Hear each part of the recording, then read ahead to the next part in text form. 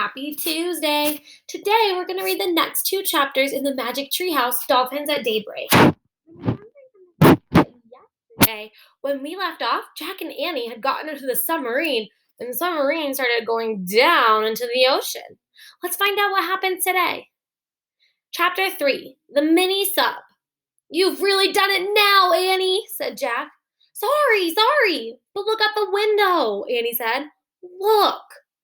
"Forget it. We have to figure this out." Jack stared at the computer. He saw a row of pictures at the top of the screen. Let's look at the pictures he sees.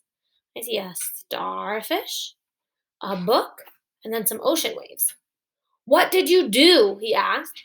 "I just pressed the on button," said Annie. "The screen lit up, and I pressed the starfish." "That must be the command to go under the water," said Jack. "Yeah, then the map came on," said Annie. Okay. This map shows a reef," said Jack. "Look, there's a mini sub on the map, and it's moving away from the reef." "It's like a video game," said Annie. "I bet I know what to do." Annie pressed a key with the arrow pointing right. The mini sub on the screen also moved right. The real mini sub turned right too. "Great," said Jack with relief. "You press the arrows to steer the mini sub, so now we can go back."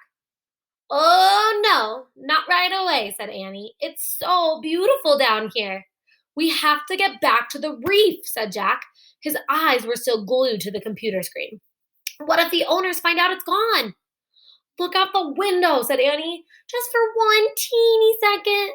Jack sighed. He pushed his glasses back into place and looked up. "Oh, man," he said softly. Outside the glass was a strange world of bright, moving colors. It looked like another planet. The mini sub was moving past red and yellow and blue coral, past little coral mountains and valleys and caves, past fishes of every color and size. "Can we stay a while? The answers to Morgan's riddle must be here," said Annie. Jack nodded slowly. She might be right, he thought. Besides, when would they ever get a chance to visit a place like this again? Chapter 4, Fish City. Ooh, wow, look how beautiful it is down there. Would you want to go on a submarine?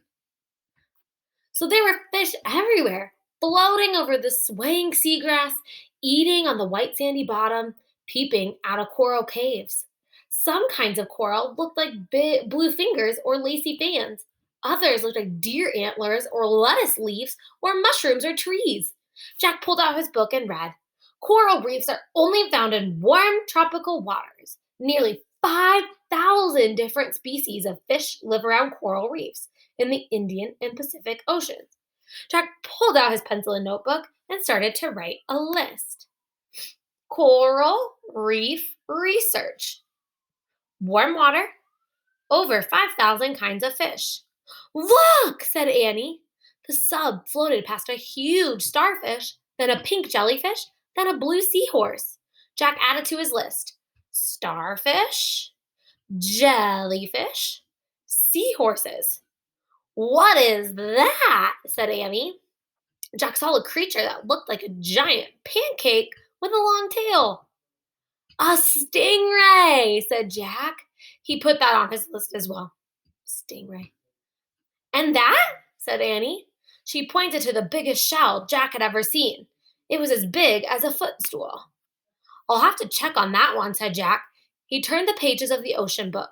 When he got to the page about clams, he read, "The giant clam of the coral reef is 3 feet wide and weighs up to 200 pounds. "Wow," said Annie. "No kidding," said Jack. He added giant clam to his list.